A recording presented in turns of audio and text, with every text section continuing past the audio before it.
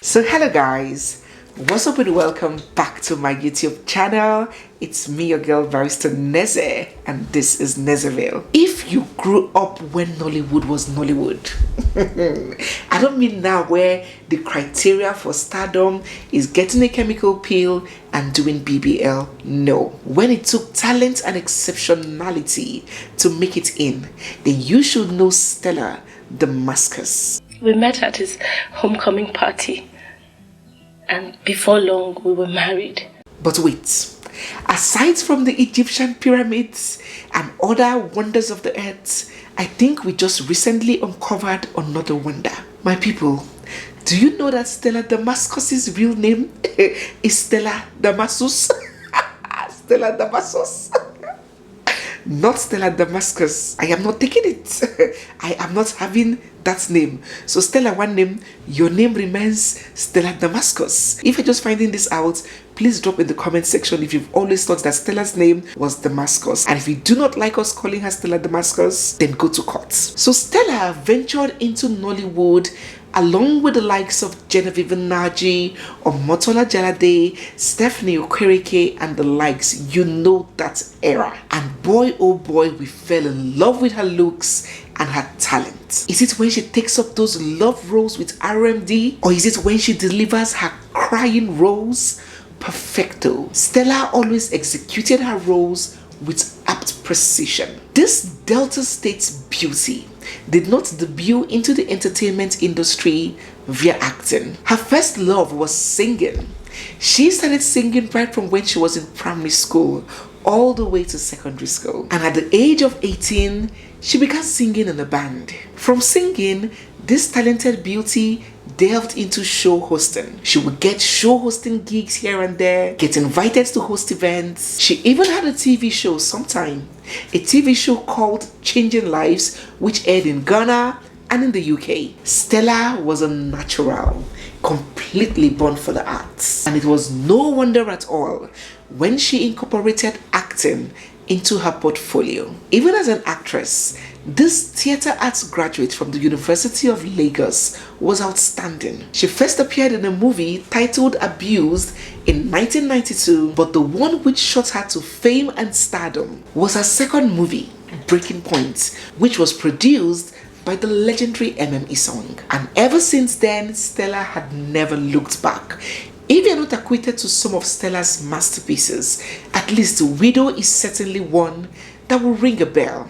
That movie showcased the pure perfection of Stella's talent in interpreting roles. Stella's first marriage was to Jaye Abodere, perfect description of husband of her youth. Stella got married at only 21 and her husband Jaye was only 29 years old. Young couple, crazy in love. Jaye was a singer and also owned an equipment leasing company. He was the immediate younger brother of legendary 90s pop singer Wumi of Wumi and Tunde. Who remembers this couple? And he was also a son to Chief Olu Abodere, the founder of A-list Nigerian tabloid, The Punch. So he was fine. Stella, on the other hand, young, beautiful, budding actress, getting roles, growing in the industry. Information had it that they had the beautiful, loving, enviable marriage. Jaye loved Stella so much, and Stella loved him back. Their marriage had produced two daughters, Isabel and Angelica, and things were pretty much going on fine for the both of them until tragedy struck. Towering at above 6 feet tall, Jaye certainly felt that there was no way in the world he was going to let that enviable height go to waste. He chose to put it into good use by playing basketball. So sometime in October 2003, only 4 years after his marriage to Stella, Jaye had gone out per usual to play basketball with some of his friends. Shortly after an exciting couple of plays, Jaye slumped suddenly to the shock of all his friends gathered. He was rushed to the hospital, but unfortunately, most unfortunately, he couldn't make it. The late Jaye passed very prematurely at a very young age of 33. He died of a heart attack, leaving his newly wedded wife and their 2 little babies behind. Nothing prepares a woman for widowhood, but even more unprepared is a young woman in her 20s, a newly wedded woman with a doting husband who adores her, a woman who had a whole life ahead of her, who had 2 little children right on her breast. Stella's life came crashing like a pack of cards. When the news of the late Jaye's passing got out, a lot of people were shocked beyond words. They wondered how this charming, versatile actress will cope with early widowhood.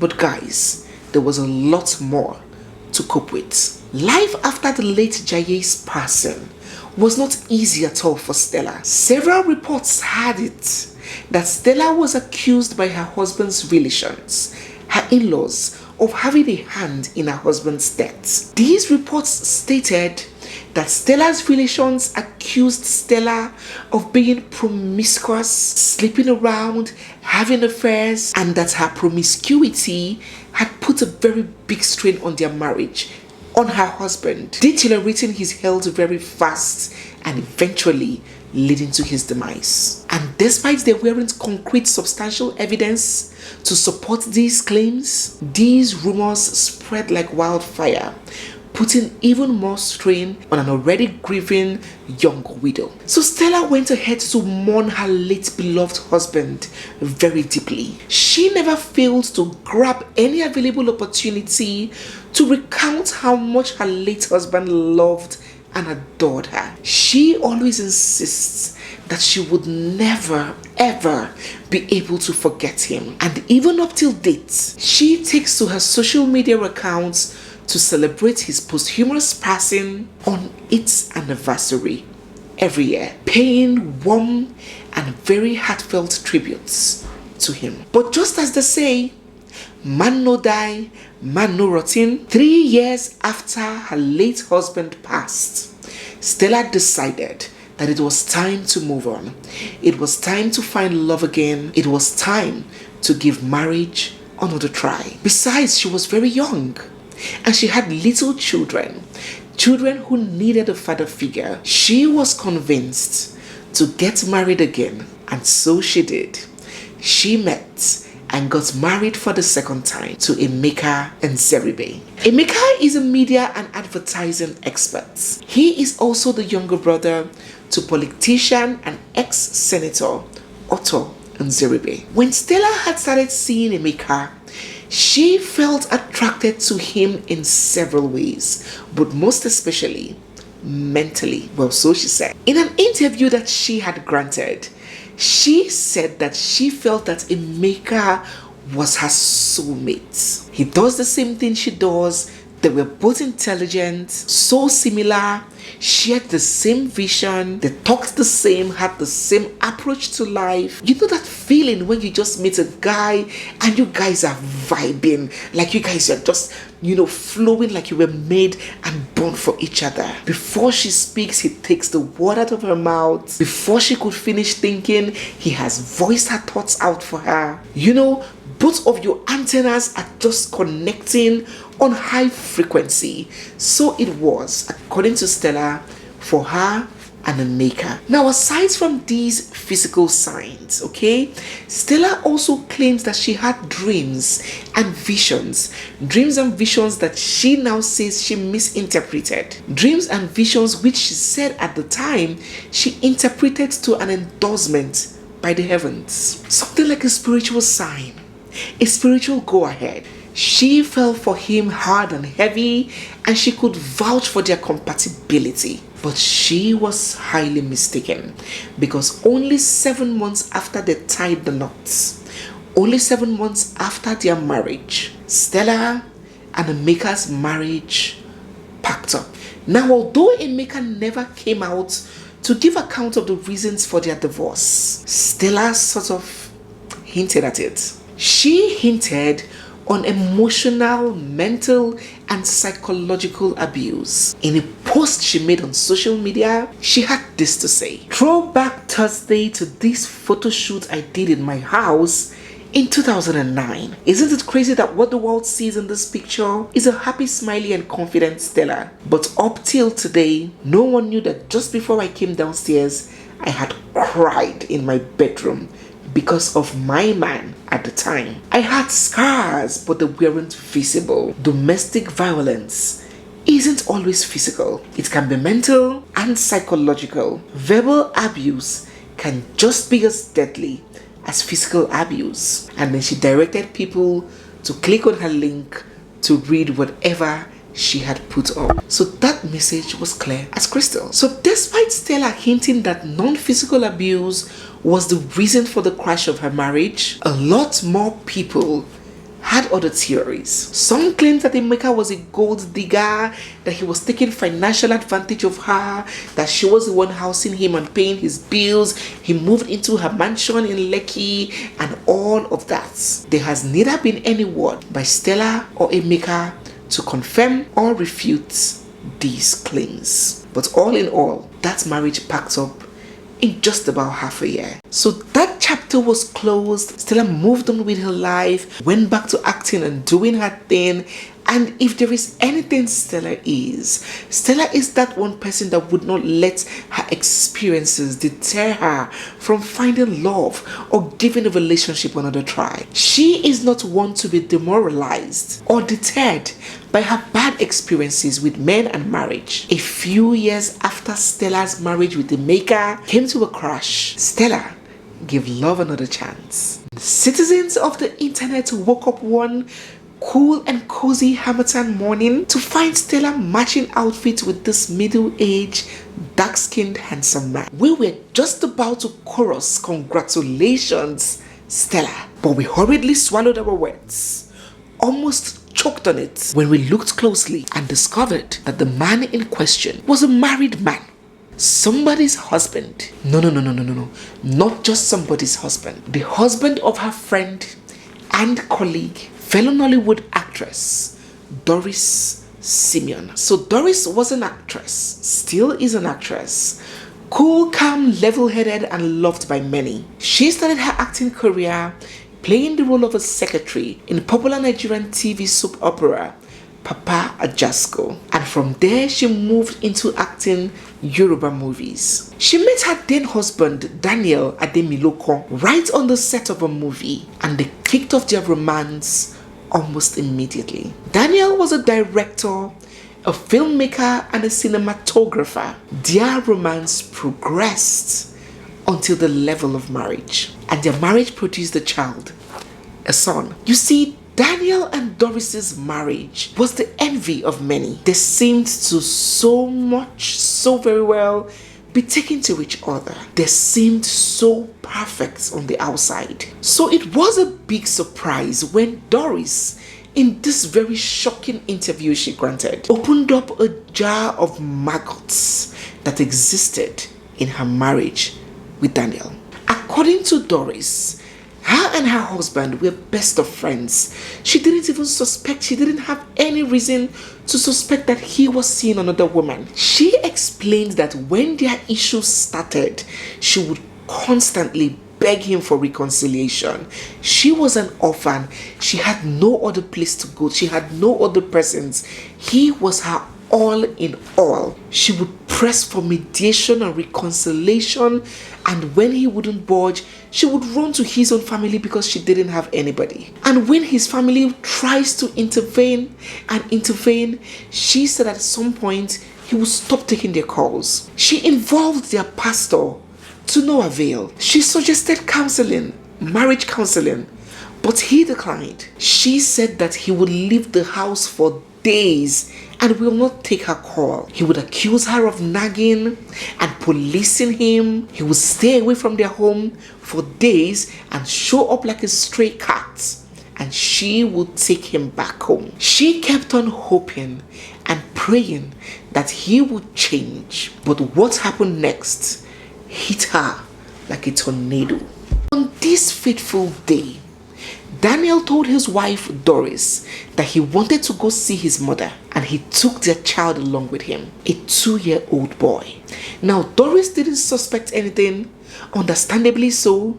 What could be suspicious about the father going out with his own child? Absolutely nothing unusual about it. But she was in for a shocker, as that would be the very last time she would set her eyes on her own son and husband. Daniel vacated the marriage unceremoniously, unilaterally, and absconded with their child, and then moved on with actress Stella Damascus. They both relocated to the United States and held a secret wedding over there. He then served his wife Doris the divorce petition. Doris was beyond petrified, not only because her beloved husband had suddenly left her, but because he had chosen to live with their little child, her only child, a tender child who needed the presence and impact of his mother. At this point, the whole internet went agog. All automatic rifles, all grenades, all rocket propellers were directed at Stella. Stella was trolled. She was mocked. She was berated, insulted. She was torn to shreds. People could not imagine why Stella, young, beautiful, and accomplished, of all the men she could possibly be with, it was the husband of her colleague. People were shocked.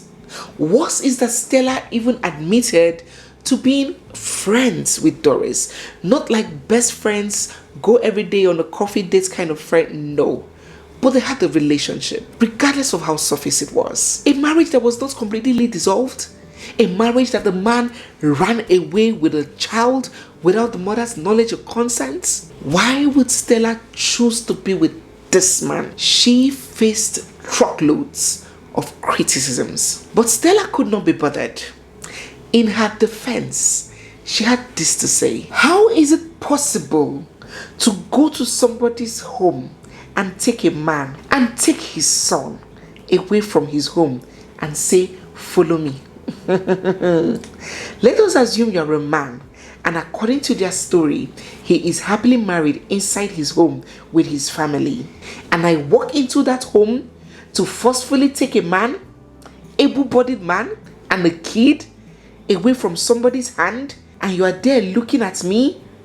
How does that work? So logically, if somebody actually sits down and thinks about it intelligently, how do you snatch somebody from somebody and that person is there looking at you? So when you see a man who has settled ties with a woman and decides to move on with his life, and you feel that there is something in this man that you like and he likes you, is there a problem there? I am not a kid. I am 36 years old and I am not about to start hiding myself.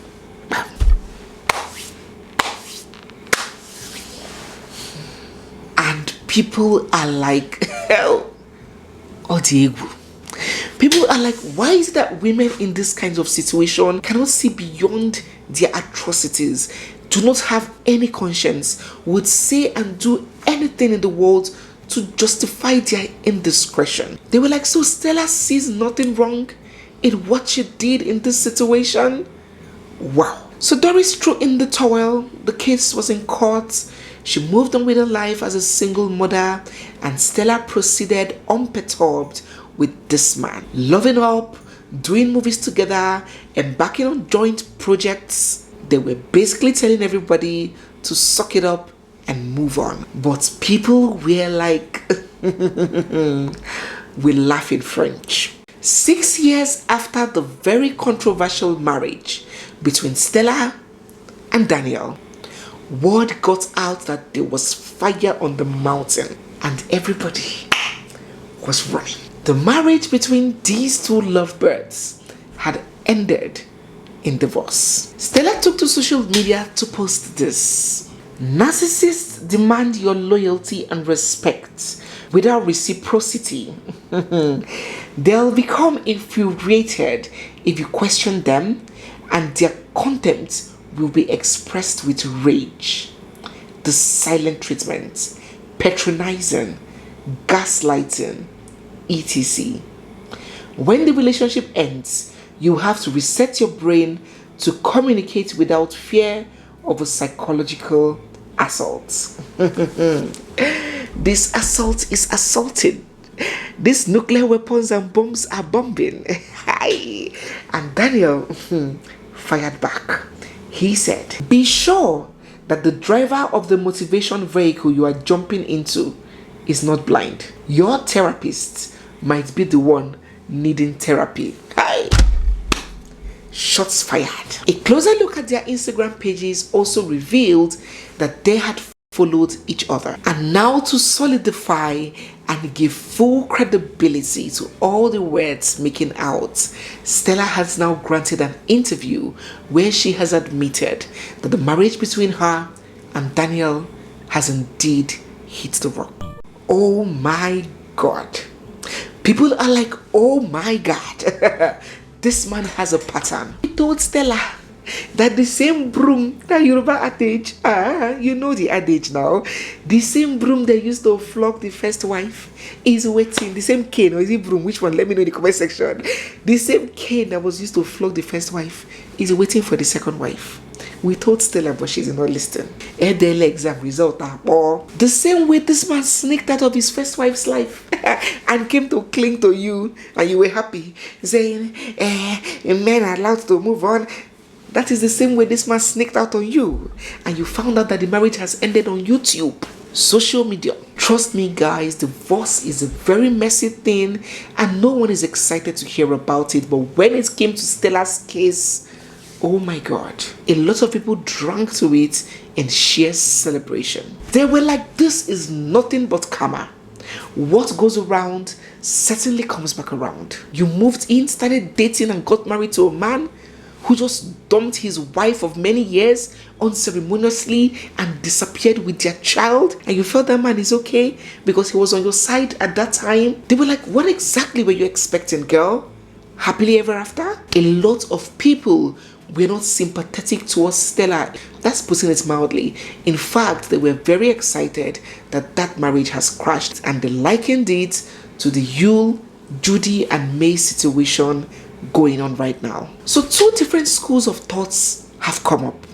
The first school of thoughts completely blames Stella for the crash of the marriage between Doris and Daniel. They contend that when a woman supposedly breaks a home, it doesn't mean that she has to go into the matrimonial home and pull that guy out like a goat in the barn. By being with that man, by offering your shoulder to lean on, by encouraging adultery, by giving that man reasons why he shouldn't be with his wife, you are a party to that marriage's breakup. They were like, no, don't give me that bullshit of, oh, it's only the man that owes his wife loyalty. No. Every woman also owes her fellow woman loyalty to stay away from her husband. You cannot completely exculpate them in the blame and say it is not their fault. Even if the man has more faults, every woman that knowingly goes after a married man cannot also be said to be blameless. They argue that Stella, somehow by being in that man's life, contributed to the crash of his marriage, and they were so happy that karma came biting her in the ass when she least expected. On the other hand, this other set of people were like, no. When that walk down the aisle was being taken, it was by two people pledging to be loyal, faithful to each other, and that it is only the man that should be held accountable for how he treated his marriage. Stella didn't owe Doris any loyalty, and she cannot be blamed for the crash of that marriage. They even buttressed further, saying that Stella had clarified that at that point when she came into the man's life, he was no longer with his wife. So she doesn't have a blame. She has a right to date a divorced man, doesn't she? And that it was rather unfortunate that her third marriage had to come to an end. So let me know what you think about this, guys. Which of these two schools of thoughts do you go by? The first, blaming Stella, or the other, dissolving her of all blames? Do let me get your thoughts down in the comment section. So guys, we have come to the end of this video. The story of Stella Damascus and her 3 marriages. If you're new here, don't forget to hit the subscribe button, give this video a big thumbs up, drop all your comments down in the comment section, and stay glued because we have so much more coming your way. It's me, your girl Barrister Neze, and this is Nezaville. I'll see you guys in my next one. For now, bye.